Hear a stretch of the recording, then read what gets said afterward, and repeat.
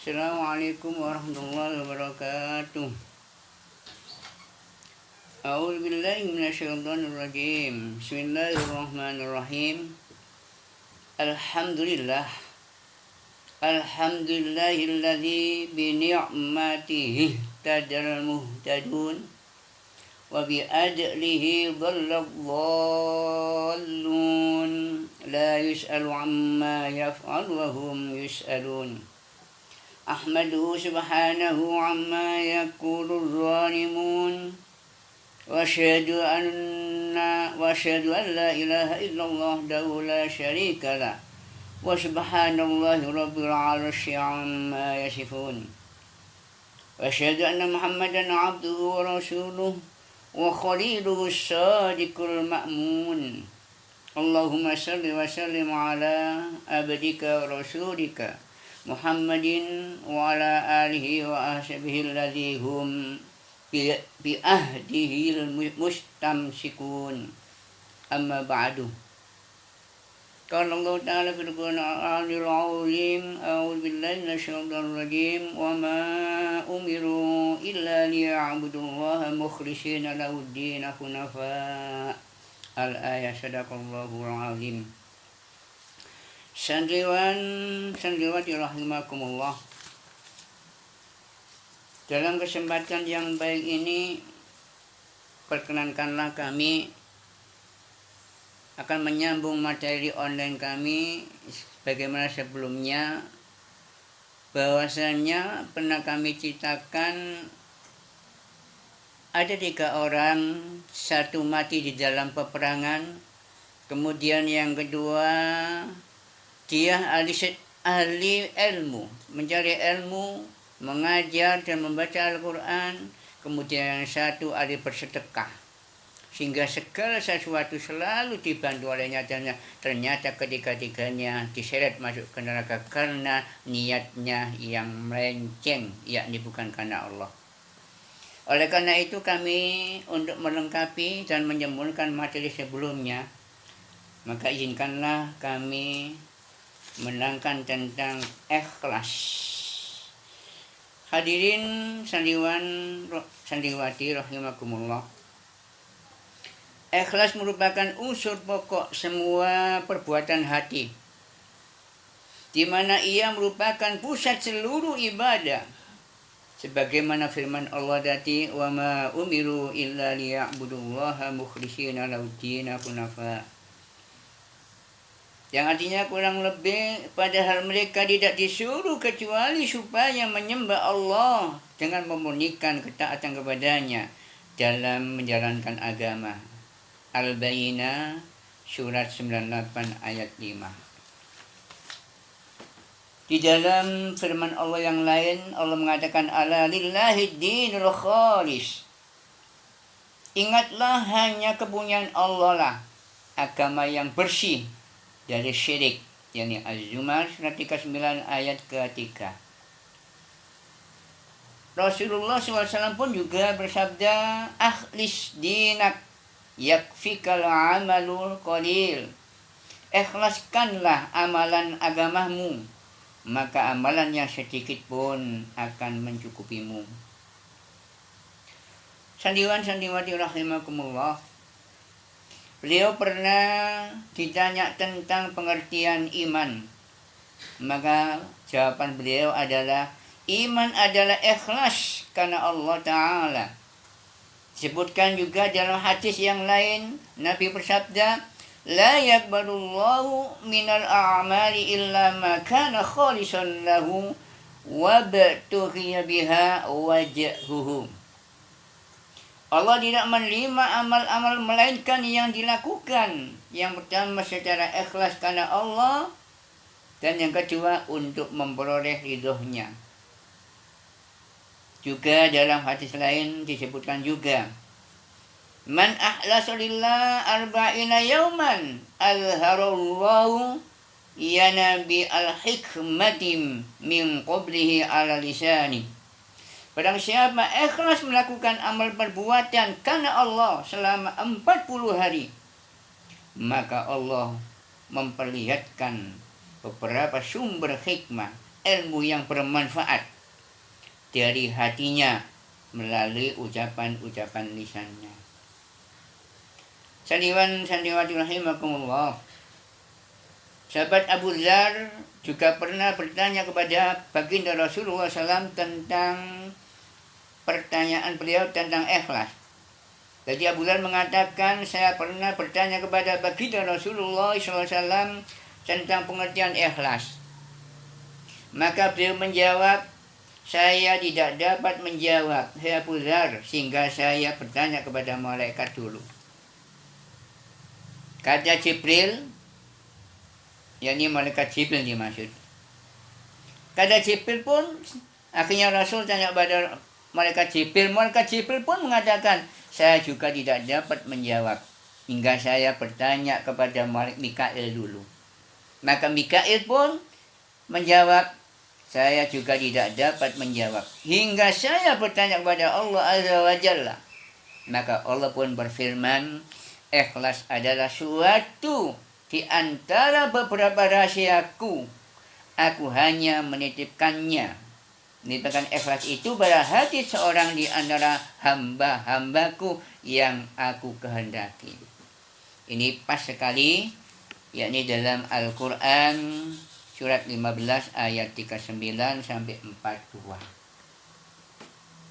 Yang bunyinya insyaallah, Qala rabbi bima aghwaytani la'uzayyinanna lahum fil ardi wa la'ughwiyannahum ajma'in illa ibadaka minhumul mukhlasin. Qala hadha siratun alayya mustaqim inna ibadi laysa laka alaihim sultanun illa man ittaba'aka minal ghawin wa inna jahannama lamaw'iduhum ajma'in. Yang artinya kurang lebih, ia iblis berkata, Tuhanku, oleh karena engkau telah memutuskan bahwa aku sesat, aku pasti akan jadikan kejahatan terasa indah bagi mereka di bumi. Mereka manusia maksudnya. Dan aku akan menyesatkan mereka semuanya. Apa yang dikatakan iblis? Kecuali hamba-hambamu Tuhan yang terpilih di antara mereka. Artinya iblis tidak bisa menyesatkan hamba-hamba Allah yang terpilih, yang dititipkan oleh Allah sifat ikhlas. Maka Allah pun menjawab dan Allah berfirman, ini adalah jalan yang lurus menuju kepadaku. Sesungguhnya kamu iblis tidak kuasa akan hamba-hambaku kecuali mereka yang mengikutimu, yaitu orang-orang yang sesat. Dan sungguh jahanam itu benar-benar tempat yang telah dijanjikan untuk mereka, yakni pengikut setan semuanya.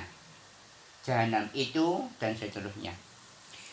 Sandiwati rahimakumullah. Jadi sifat ikhlas ini merupakan rahasianya Allah. Allah mengatakan, aku hanya menitipkannya sifat ikhlas kepada hati seorang di antara hamba-hambaku yang aku kehendaki, yang aku pilih. Bagaimana pernyataan dalam Quran surat 15 ayat 39 sampai 43. Di dalam hadis pun Rasulullah pernah bersabda, man satu faraqat dunya alal ikhlas lillah wahda. 2 la syarikalah. 3 wa aqamas shalah. 4 wa ata zakah. Faraqahallah anhu radin. Barang siapa satu meninggalkan dunia dengan ikhlas hanya karena Allah yang Maha Esa. 2, tiada sesuatu yang menyekutuinya. Dan 3, mendirikan sholat. 4, membayar zakat, maka akan meninggalkannya dengan penuh keriduan dari Allah Azza wa Jalla. Sandiwan sandiwati rahimakumullah. Dengan demikian maka kami ingin menyempurnakan materi ini juga. Dahsyatnya pengaruh ikhlas. Bagaimana dahsyatnya pengaruh ikhlas terhadap apa yang ada pada manusia. Dengan demikian dalam satu hadis, perkenankan kami ingin mengulang sedikit mungkin pernah kami sampaikan ini. Anas bin Malik berkata, Nabi SAW sabda, ketika Allah menciptakan bumi, bumi pun langsung bergerak gunjang ganjing. Maka Allah pun menciptakan gunung. Lalu bumi menjadi tenang, para malaikat pun kagum, heran pada kekuatan gunung yang telah diciptakan oleh Allah itu. Dan akhirnya dia berkata, wahai Tuhanku, adakah ciptaanmu yang lebih kuat dari gunung? Allah menjawab, ada, yaitu besi. Malaikat pun bertanya lagi, wahai Tuhanku, adakah ciptaanmu yang lebih kuat dari besi? Allah pun menjawab, ada, yaitu api. Malaikat bertanya lagi, wahai Tuhanku, adakah ciptaanmu yang lebih kuat dari api? Allah menjawab, ada, yaitu air. Malaikat bertanya lagi, wahai Tuhanku, adakah ciptaanmu yang lebih kuat dari air? Allah menjawab, ada, yaitu angin. Malaikat tanya lagi, wahai Tuhanku, adakah ciptaanmu yang lebih kuat dari angin? Allah menjawab, ibna Adam. Jadi Allah menjawab, ibna Adam yatasaddaqu biyaminihi yukhfiha min shimalihim. Yaitu keturunan Adam yang bersedekah dengan tangan kanan, sedangkan tangan kirinya tidak mengetahui. Hadis qudsi riwayat Ahmad dari Anas bin Malik radhiyallahu anhu. Dengan demikian semua dari hadis ini menunjukkan bahwa setiap ciptaan Allah yang memiliki kekuatan dan kelemahan, semua benda kuat bisa dikalahkan oleh benda lain yang lebih kuat. Tapi semua yang paling kuat itu bisa ditaklukkan oleh manusia, bukan dengan tangan, tapi dengan hati, yaitu doa seorang mukmin, doa seorang muslim yang banyak bersedekah dengan benar-benar ikhlas. Bagaimana dalam Quran surat Al-Insan 76 ayat 9. Hati yang ikhlas bisa memiliki kekuatan yang dahsyat, yaitu menundukkan semua kekuatan alam. Yang kedua, mendinginkan panasnya matahari pada hari kiamat. Hadis riwayat Bukhari dan dari Abu Hurairah. Ketiga, merendam murka Allah. Hadis riwayat At-Tabrani dari Abu Umamah Al-Bahili. Dan menggeser batu kehidupan yang menghalangi cita-cita. Ini kisah manusia yang terjebak dalam gua. Hadirin sandiwati rahimakumullah. Itulah dahsyatnya hati yang ikhlas. Artinya bahwasanya semua orang yang paling hebat, orang yang paling kuat dan paling dahsyat adalah orang yang bersedekah, tetapi mampu menguasai diri sehingga sedekah yang dilakukannya bersih, tulus dan ikhlas, tanpa ada unsur pamer ataupun keinginan untuk diketahui orang lain. Inilah gambaran yang Allah berikan kepada kita bahwasanya ternyata yang mempunyai kekuatan dahsyat adalah hamba yang bersedekah, tetapi tetap dalam kondisi ikhlas, karena naluri dasar kita sebenarnya selalu rindu pujian, penghormatan, penghargaan, ucapan terima kasih dan sebagainya. Kita pun selalu tergelitik untuk memamerkan segala apa yang ada pada diri kita, ataupun segala yang bisa kita lakukan. Apalagi kalau yang ada pada diri kita atau yang tengah kita lakukan itu berupa kebaikan. Ada seorang ulama mengatakan, Ibnu Qudamah Al-Maqdisi, di dalam satu kitabnya Minhajul Qasidin, beliau mengatakan bahwa hanya ada dua cara untuk mencapai kebahagiaan, yaitu dengan ilmu dan ibadah. Semua orang bisa celaka kecuali orang yang berilmu. Ternyata orang yang berilmu pun bisa celaka kecuali orang yang mengamalkan ilmunya. Ternyata orang yang mengamalkan ilmu pun bisa celaka kecuali orang-orang yang ikhlas dalam beramal. Orang yang ikhlas berada dalam posisi yang sangat agung, sebagaimana tadi pernyataan Iblis sendiri pada Quran surat 15 ayat 39, dialog dengan Allah sampai ayat 43. Amal tanpa niat hanya akan berakhir kelelahan. Niat tanpa keikhlasan adalah riya. Keikhlasan tanpa kesungguhan adalah sia-sia. Maka marilah kita berusaha sekuat tenaga untuk mengikhlaskan niat kita dalam melakukan amal apa saja, sehingga apa yang kita lakukan menjadi bernilai di sisi Allah Azza wa Jalla. Sandiwati rahimakumullah. Tentunya kita untuk melakukan apa saja dengan ikhlas memang tidak semudah itu. Tidak semudah kita membalik tangan di bawah di atas dan seterusnya. Oleh karena itu, maka di sini kami sampaikan supaya kita bisa belajar merangkak dari tingkatan yang paling rendah, kedua, ketiga, dan seterusnya. Di sini ada tingkatan ikhlas. Jadi ada tingkatan ikhlas, yaitu ada tiga tingkatan ikhlas. Yang pertama, tingkatan yang paling tinggi, tingkatan yang paling pertama. Siapa dia?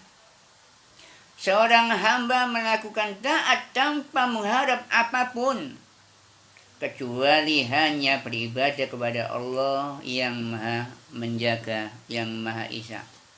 Atau dengan kata lain, dia beribadah hanya ingin memperoleh ridhonya.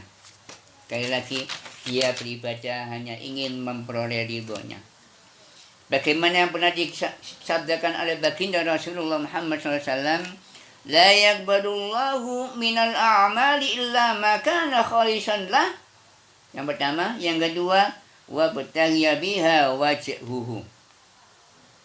Allah tidak menerima amal-amal melainkan yang dilakukan satu secara ikhlas karena Allah Azza wa Jalla. Yang kedua, untuk memperoleh ridhonya.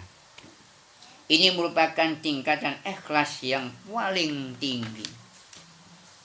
Barangkali kita bisa ke situ, monggo. Akan tetapi tentunya kita belajar dari tingkatan yang paling rendah. Tingkatan yang kedua, itu tingkatan yang paling hebat. Tingkatan yang kedua, siapa dia? Yaitu seorang hamba melakukan amal, perbuatan. Untuk apa? Untuk mendapatkan pahala dan menghindarkan siksa. Ini termasuk ikhlas. Jadi ada seseorang, mengapa kamu sholat? Aku kepingin masuk surga. Aku karena takut neraka. Termasuk ikhlas. Mengapa kamu puasa? Aku ingin masuk surga.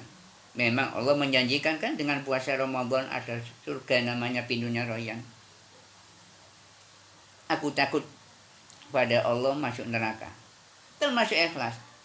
Sebagaimana disabdakan oleh baginda Rasulullah, sesungguhnya, yang artinya sesungguhnya Allah tidak menerima amalan yang dilakukan oleh seorang kecuali satu dilakukan dengan ikhlas, dan yang kedua hanya mengharap pahala dari Allah. Jadi melakukan amalan-amal mengharap pahala dari Allah dan takut pada neraka, itu termasuk ikhlas.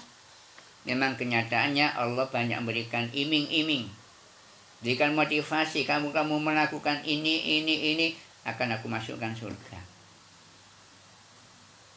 Nabi pun juga demikian, kalau kamu mengamalkan ini kamu akan masuk surga dan kamu tidak akan masuk neraka. Berarti dia beribadah kepingin masuk surga dan takut pada neraka, itu termasuk ikhlas tingkatan yang kedua. Tingkatan yang ketiga, ini berarti kami ambil dari tingkatan yang paling tinggi, berkurang lagi yang ketiga. Yaitu seorang yang melakukan amal perbuatan. Untuk apa? Agar Allah mencukupinya dalam segala keperluan dunia. Hingga ia tidak menggantungkan kepada sesama manusia. Sebagai contoh, ada seorang membaca surat Al-Waqiah. Mengapa kamu membaca ini? Tujuannya biar aku dicukupi semua kebutuhannya oleh Allah, sehingga aku tidak menggantungkan kepada manusia pun. Berarti ada orang melakukan, mengapa kamu membaca istighfar? Supaya aku dicukupi oleh Allah semua kebutuhannya. Di samping supaya diampuni dosaku, supaya aku dicukupi oleh Allah semua. Kenyataannya Allah pun juga mengatakan demikian. Dan surat An-Nuh itu, yang dikatakan oleh Nabi Nuh, istaghfiru rabbakum innahu kana ghaffara yursilis sama'a, beristighfarlah kalian, minta ampunlah kalian kepada Allah. Maka Allah mengatakan dalam surat Nuh, yursilis sama, surat ayat ke-12, yursilis sama alaikum midrara, maka Allah akan menurunkan hujan dengan lebat. Wa yumditkum bi amwalin, dan Allah akan memperbanyak harta benda kalian, wa banin, dan anak keturunan, dan seterusnya dan seterusnya. Sehingga ada satu kisah, ada seorang datang kepada Hasan Al-Basri. Dia mengatakan, wahai Hasan Basri, saya ini, anak saya sangat banyak sekali. Bagaimana supaya saya tidak kekurangan? Maka Hasan Basri menyarankan perbanyak istighfar. Tadi membaca istighfar dengan tujuan supaya cukupi oleh Allah.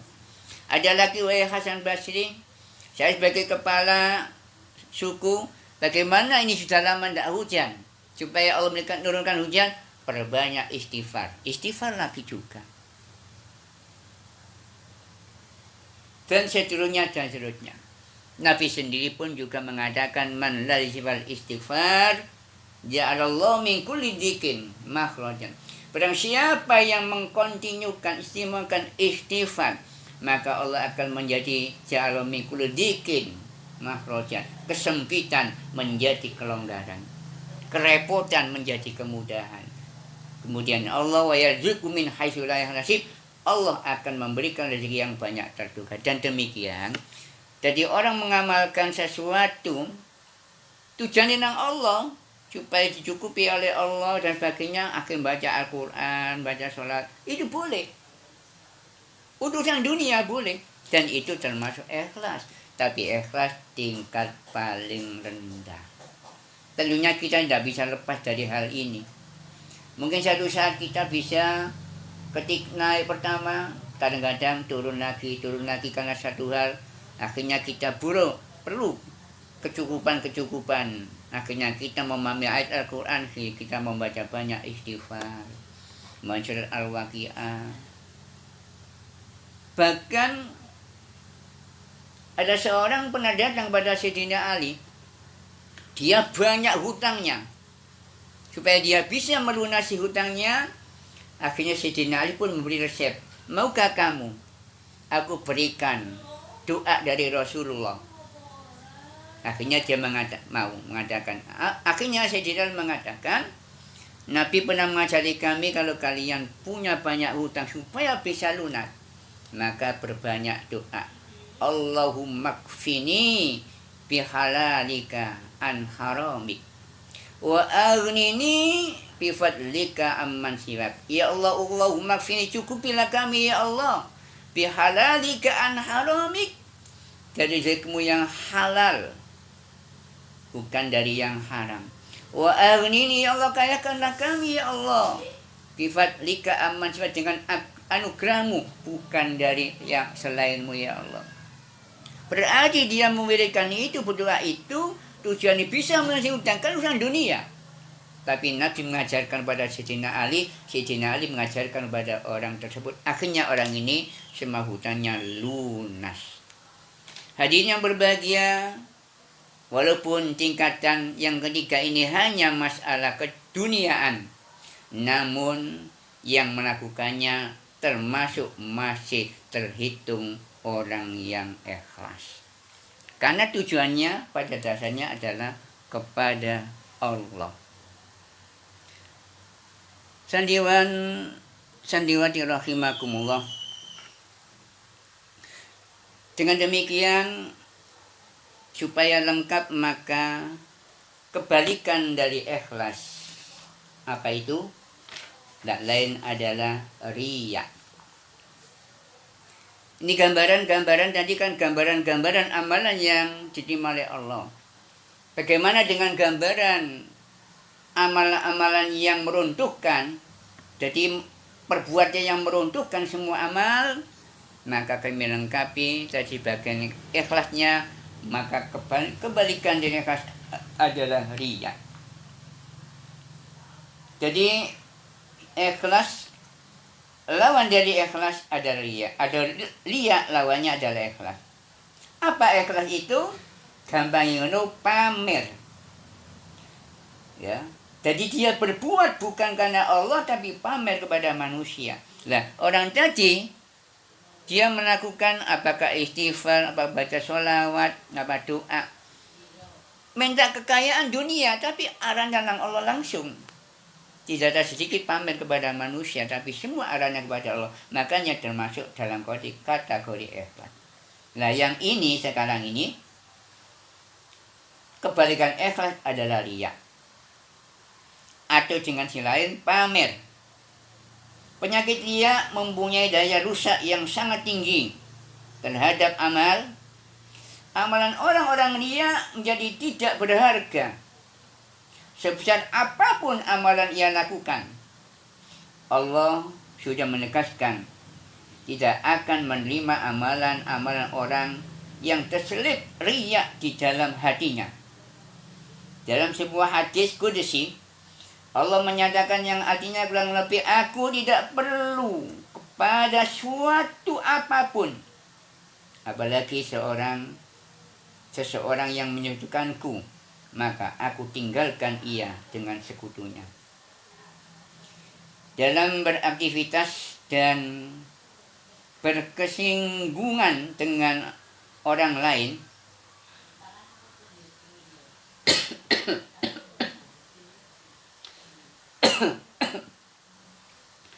seringkali kita terpeleset ke jurang riya, atau malah sebaliknya.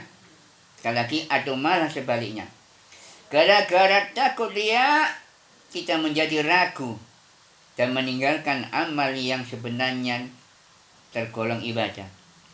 Memang jarak antara ikhlas dan riya sangatlah tipis, bagi batas pemisah antara hitam dan putih.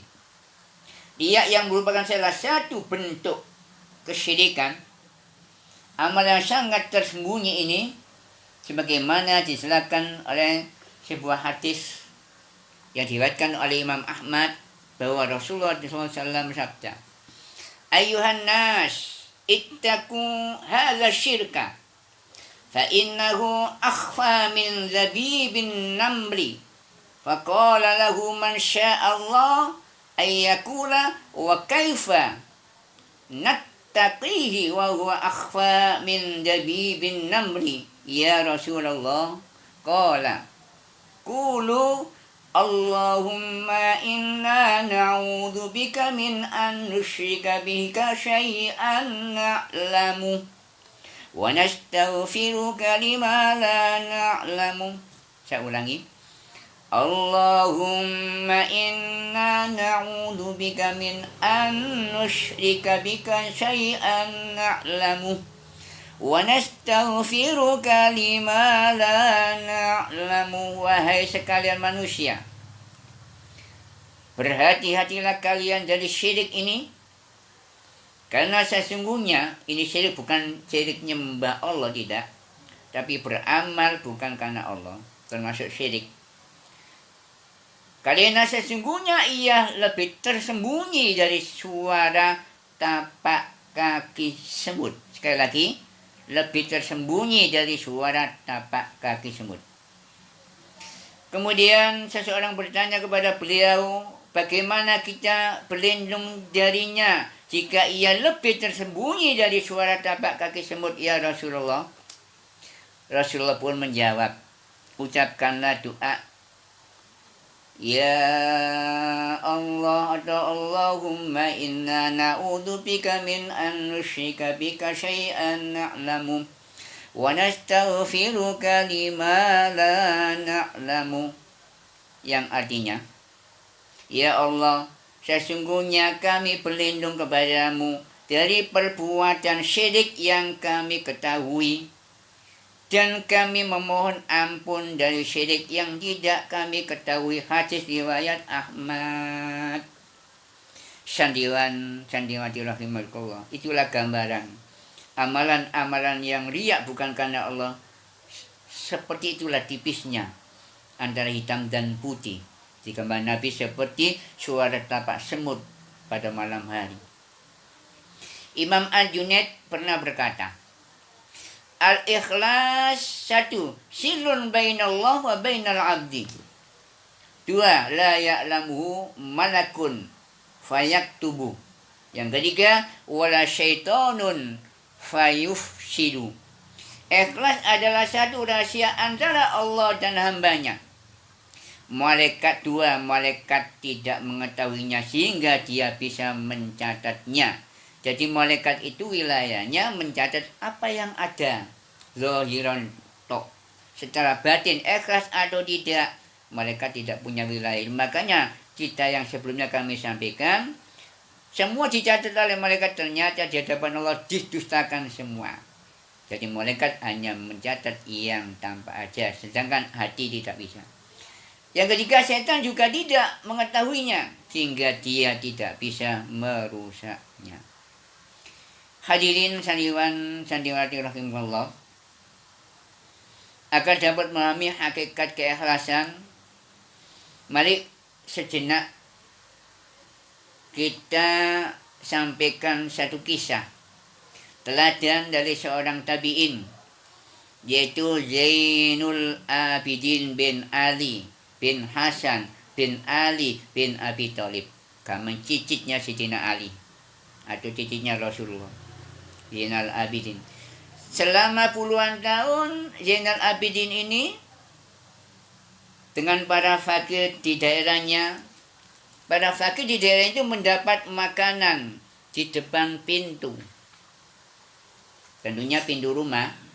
Mereka tanpa mengetahui siapa yang mengantarkannya makanannya. Jadi Zainal Abidin ini setiap malam dia memasukkan makanan-makanan di depan pintu. Dan itu selama kurang lebih adalah selama puluhan tahun. Tidak ada yang mengetahuinya.